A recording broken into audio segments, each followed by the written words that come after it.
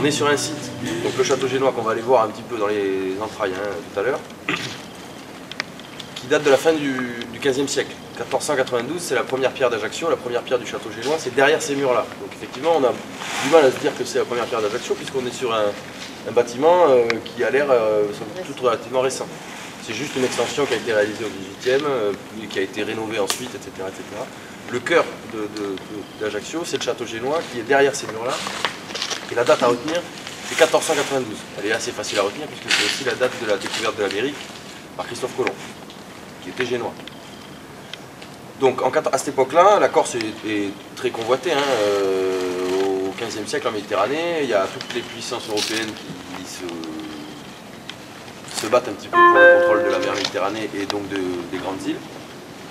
La Corse est très convoitée notamment parce que c'est la seule île de Méditerranée qui est autonome en eau potable.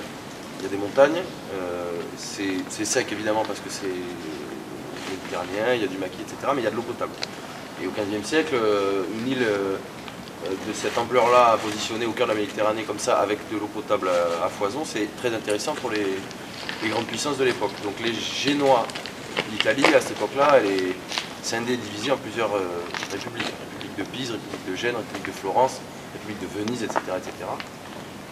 Donc les Génois sont de très bons navigateurs, puisque Christophe Colomb en est l'illustration, par exemple. Et ils occupent, ils colonisent la Corse. Donc premier réflexe quand on colonise un espace, c'est qu'il faut des points défensifs pour se protéger des invasions extérieures, mais aussi pour se protéger des populations autochtones réfractaires. Donc en 1492, des villes comme Calvi, Bastia, Bonifacio sont déjà établies, c'est déjà des villes qui existent, donc ils les fortifient, les Génois, mais ils se disent que sur la côte occidentale, entre Calvi et Bonifacio, il faut qu'ils trouvent un endroit pour occuper les lieux, pour défendre la côte et pour s'installer. Les choses, il n'y a rien. À l'époque, il y a un petit bourg de pêcheurs qui est installé au niveau du cours Napoléon, une partie de l'octroi, pour ceux qui le connaissent. Enfin, du bar l'octroi, là, c'est par là. C'est les premières installations qui sont. Mais donc, c'est tout ce qu'il y a ici. C'est vraiment, il y a quelques familles qui habitent là et rien d'autre. Donc les Génois, les ingénieurs génois élisent le golfe d'Ajaccio comme l'endroit où ils vont pouvoir installer une cité fortifiée. Enfin, à l'origine, ils se mettent au fond de baie, Castelvecchio. Là, vous êtes devant la prison de la Citadelle. Voilà. C'est là que Fritz Cameron, alors je vais vous... D'abord, Fritz Cameron a été torturé, emprisonné et mort. Donc, pour ceux qui ne connaissent pas l'homme, je vais vous raconter un petit peu de son histoire. Donc, Fritz Cameron, c'est le fils d'un préfet. Il est né en 1914 à Ajaccio. Très tôt, il s'engage dans la coloniale. En 1941, il est lui-même appelé à de hautes fonctions préfectorales, mais étant donné qu'il avait pris parti, si vous voulez, pour que sa Corse natale soit libérée le plus rapidement possible du joug de l'occupant, il a été rétrogradé à un grade de subalterne. Donc en 1941, il s'engage pour la coloniale. De là, il part en 1942 auprès du général de Gaulle. Il tente d'expliquer à de Gaulle que le fait que la Corse soit un point stratégique en Méditerranée, il fallait évidemment s'en soucier plus rapidement que pour les autres, je dirais, départements français. Donc de Gaulle le mandate pour mettre en place Action R2 Corse, c'est-à-dire un réseau de partisans pour pouvoir permettre que la Corse se libère le plus rapidement possible et de l'intérieur. Donc en 1943, il prend un sous-marin à Gibraltar, et de Gibraltar, il débarque dans le nord de l'île. Donc il arrive en janvier 1943, il arrive avec de l'armement, des radios, et il arrive avec son radio qui s'appelle Jean-Baptiste Hélier. Lui, il arrivera sous le nom de François-Edmond Sévery, et jusqu'à sa mort, il dira qu'il s'appelle François-Edmond Sévery. Donc il est en Haute-Corse, il regroupe déjà tout un réseau de partisans, et il entend dire en mars 1943 que le colonel de Lovre, parce qu'ici nous avions les Italiens, alors il faut savoir que les Italiens, il y avait 80 000 Italiens dans toute la Corse à l'époque, et 14 000 je dirais, Allemands, qui ne résidaient pas forcément ici, mais qui venaient pour voir un petit peu comment ça se passait. Donc Lovre, qui est la police militaire allemande, italienne, pardon, Lovre, bon, bien entendu, persécute un peu toutes les personnes qui ne sont pas de leur bord, dirons-nous, et le commandant italien lance une information, il voudrait vendre des plans secret défense de la Corse et de la Sardaigne. Alors, il est très intrigué, parce qu'il ne se trouve pas sur Ajaccio, mais il est très intrigué. Il dit, je pressens, il dit à sa sœur, je pressens un piège, mais je veux en avoir le cœur net. Donc, il se rend sur Ajaccio avec tout son attirail, avec son radio, des postes émetteurs, et il réside 40 pour Napoléon chez M. Poulpart, qui l'héberge. Donc Poulpart dit, bon, bien entendu, l'aide avec son réseau. Donc le soir, ils sortent, ils déplacent constamment les émetteurs parce qu'ils sont surveillés. Mais malheureusement, le 17 mars 1943, son radio est arrêté. Et au bout de 30 heures de souffrance, parce que les Italiens n'avaient rien à envier aux Allemands, et c'était le même modèle, hein. Donc il dit, moi je connais le chef, je peux vous dire où il est. Et le soir, quand Fritz Cameron a été arrêté, il était chez M. Vigneault, pour Napoléon également. Et Lovre se présente à 1h30 du matin avec le radio, et le radio dit, voilà, le chef c'est lui. Et il est arrêté. Donc quand il est arrêté, le commandant italien lui dit, tu t'appelles comment? Il dit, je m'appelle François-Edmond Sévery, je suis de la coloniale et je suis né en Algérie en 1908. Et il va mourir et il sera inscrit sur les livres que sur ce nom-là. Il ne donnera jamais son vrai nom.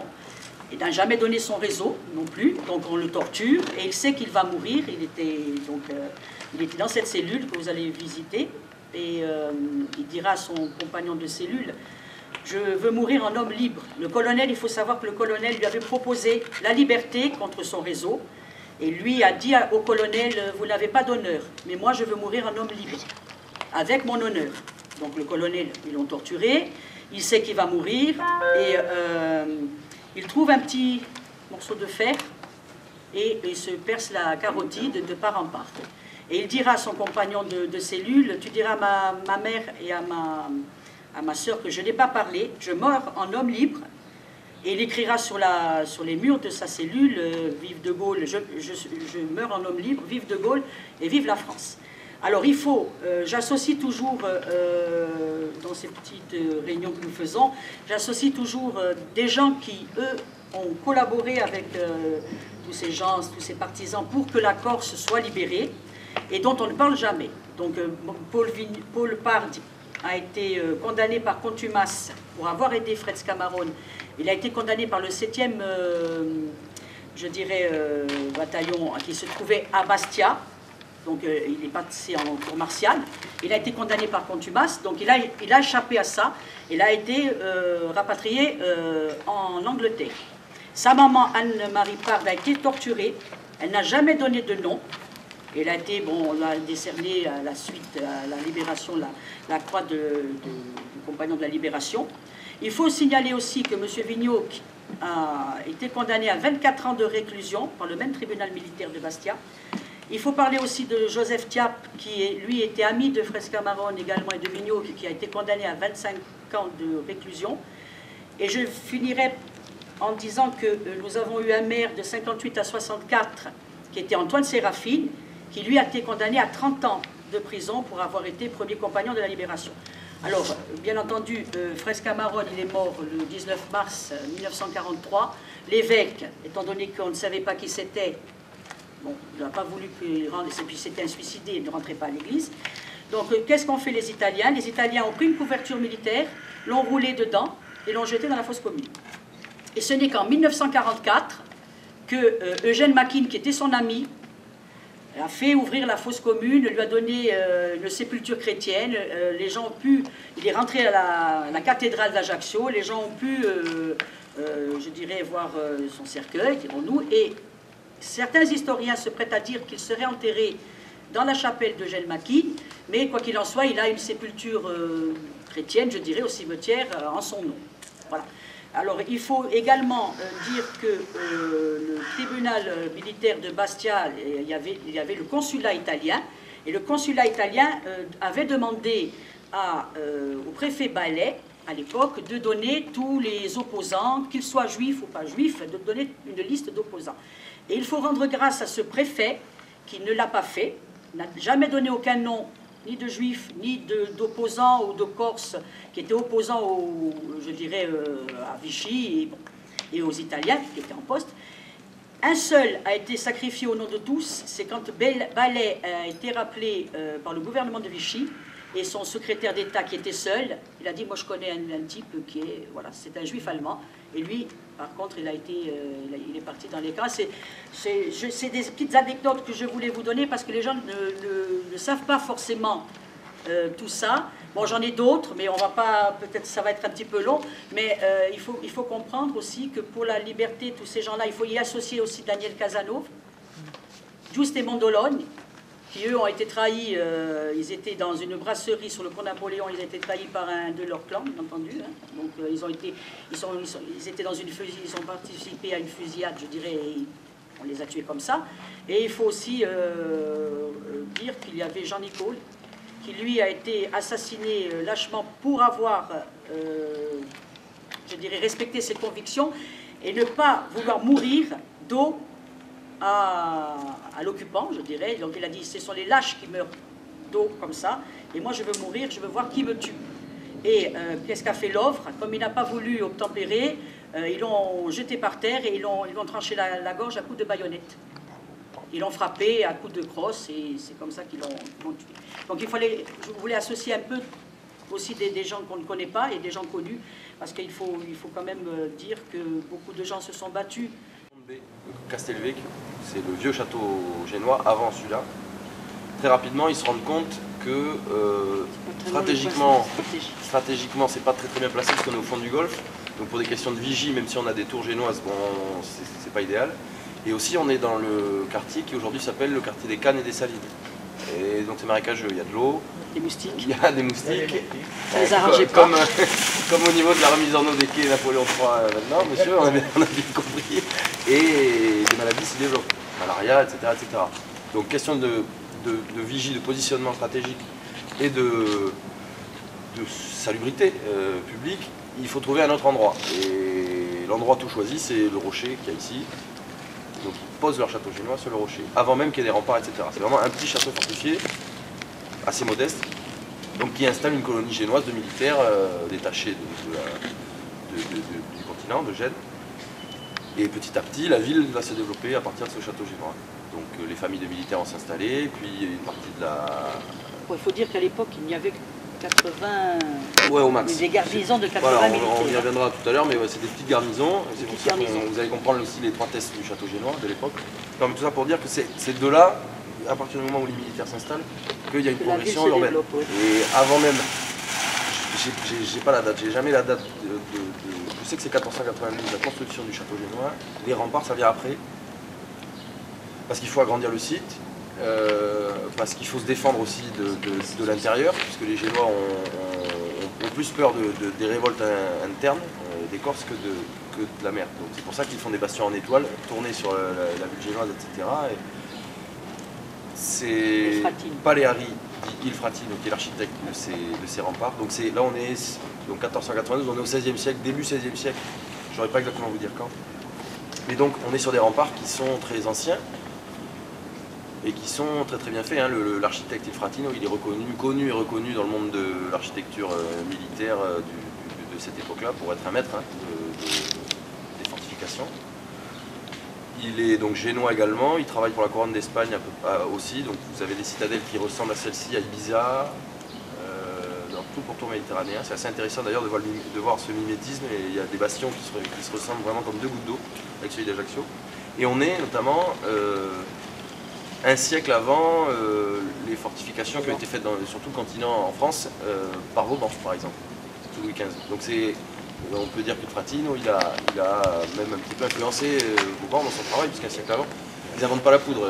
Tous Vauban qu'ils sont, où qu'il est, ils voient ce qui se fait aussi avant, et donc voilà, il faut savoir ça. C'est assez... Donc patrimonialement, on est dans un site pour les remparts, pour le château génois qui a quand même, voilà, qui a la genèse de cette ville.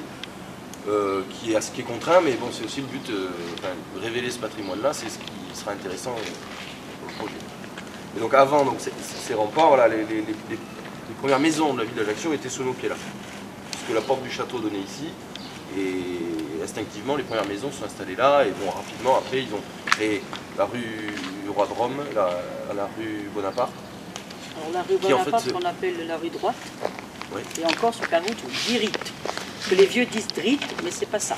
C'est dirite. Ça veut dire que ça va directement sur le. Voilà. C'est de là que. En fait, vous avez la jonction ici entre les deux, véritablement les 2 rues. Vous avez rue Roi de Rome et rue Bonaparte. Ouais. Si on prolonge une droite, on le verra tout à l'heure. Si on prolonge une droite sur un plan de la rue Roi de Rome et de la rue Bonaparte, on arrive. Elles se rejoignent ici, c'est-à-dire au niveau de la porte du château génois. Et à l'entrée de ces 2 rues, vous avez la porte véritablement qui ouvre sur, je dirais, la citadelle.